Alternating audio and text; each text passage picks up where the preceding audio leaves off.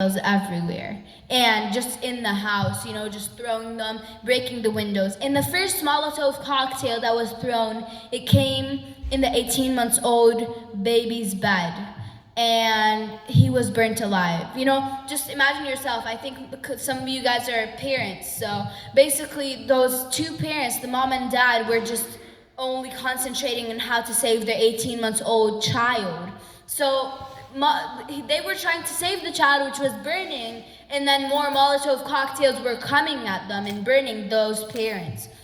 And Ahmed Dawabshi, he was 4 years old at the time, and he just ran to the living room, and the baby was never found, and he was burnt. So the 18-month-old baby was burnt alive. The mom died after a month because of her being in a coma, and the dad died after 1 day because he was also burnt alive. And the only survivor of the Dawabshi family was Ahmed, who was 4 years old at the time. And he got some major and bad burns in his body, which caused him to stay in the hospital for a whole year. And he lived with his grandpa at the time, and we interviewed him, and what he drew was, so when we gave him that paper to draw whatever he wants, first thing he started drawing his house, and he colored his house in a very bright yellow. And his house at the time is pretty black because of how it's burnt. And he drew his brother playing right next to him on a bicycle and just playing around. He drew some chickens and some animals around him. He drew himself holding an umbrella because he basically cannot get exposed to sunlight because he's burnt. And also he drew two suns. So Shamsaan in Arabic means two suns. So he drew one sun on the corner on the right, and the other sun on the corner on the left. And when we asked him, we said, we have only one sun. Why did you draw two? He said, it's my drawing. I can do whatever I want, and I want the world to be extra shiny and brighter. And also psychologically, if you explain that, those two suns were his parents. So that's why we called it Shamsaan, which means two suns in Arabic. So basically, it's a nonprofit organization. Well, it's right here. Yeah, and I'm the ambassador of it.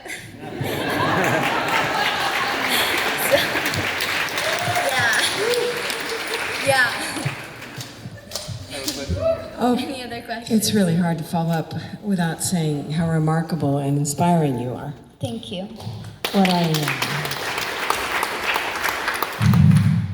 What I want to ask about is, here in the United States,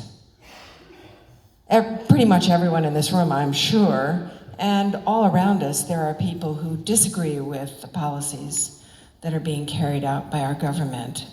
And I know this also exists in Israel. I know there is a peace movement, and there are people in Israel who disapprove of what is going on in their name. I was wondering if you had any communication or contact with those forces in Israel that would be on your side. So in occupied Palestine, we have not a lot, they're a minority of Israelis who are basically activists, anti-Zionists, anti-occupation, pro-peace, love, equality, and they usually attend our demonstrations, and they're the same as us, and we're always together, and they're our friends, yeah. Any other questions? Hey, I'm curious, how do you... I can't see you. Sorry. Oh.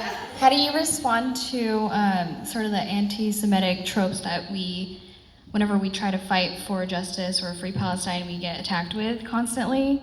I find myself, anytime I'm talking about Palestine and the issue of a free Palestine, I get called an anti-Semite, and so how do you think the best way to respond to that is? I know some Jewish pro-Palestinian organizations that get called anti-Semitic, and it's like they're Jewish. Why would they be against themselves?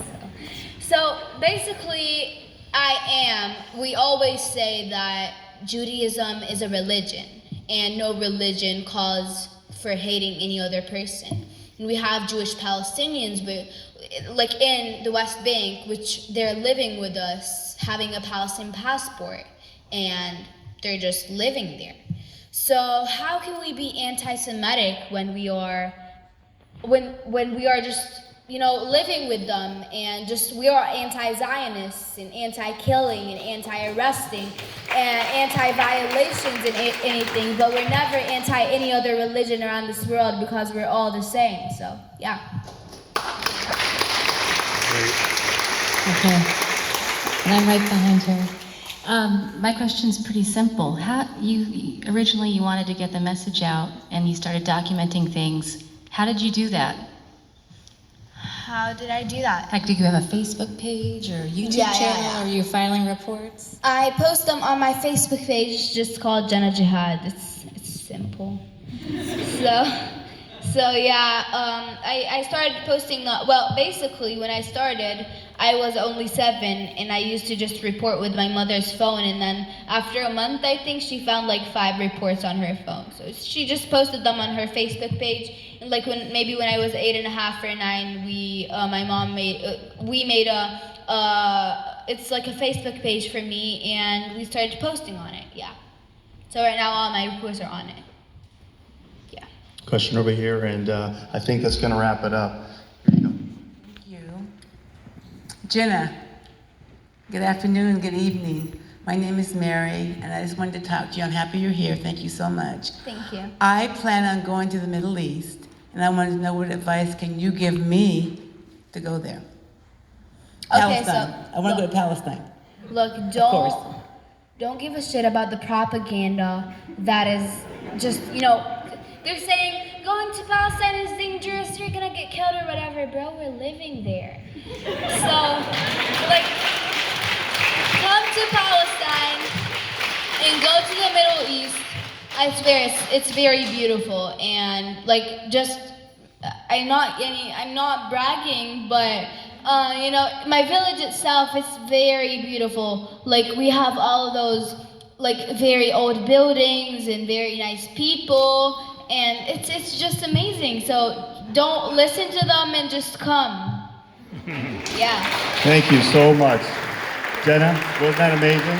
What a marvelous, courageous young woman. Really inspiring for all of us. Before you leave, these cards are very important for you to fill out for the children. Please support Betty McCollum, House Resolution 2407.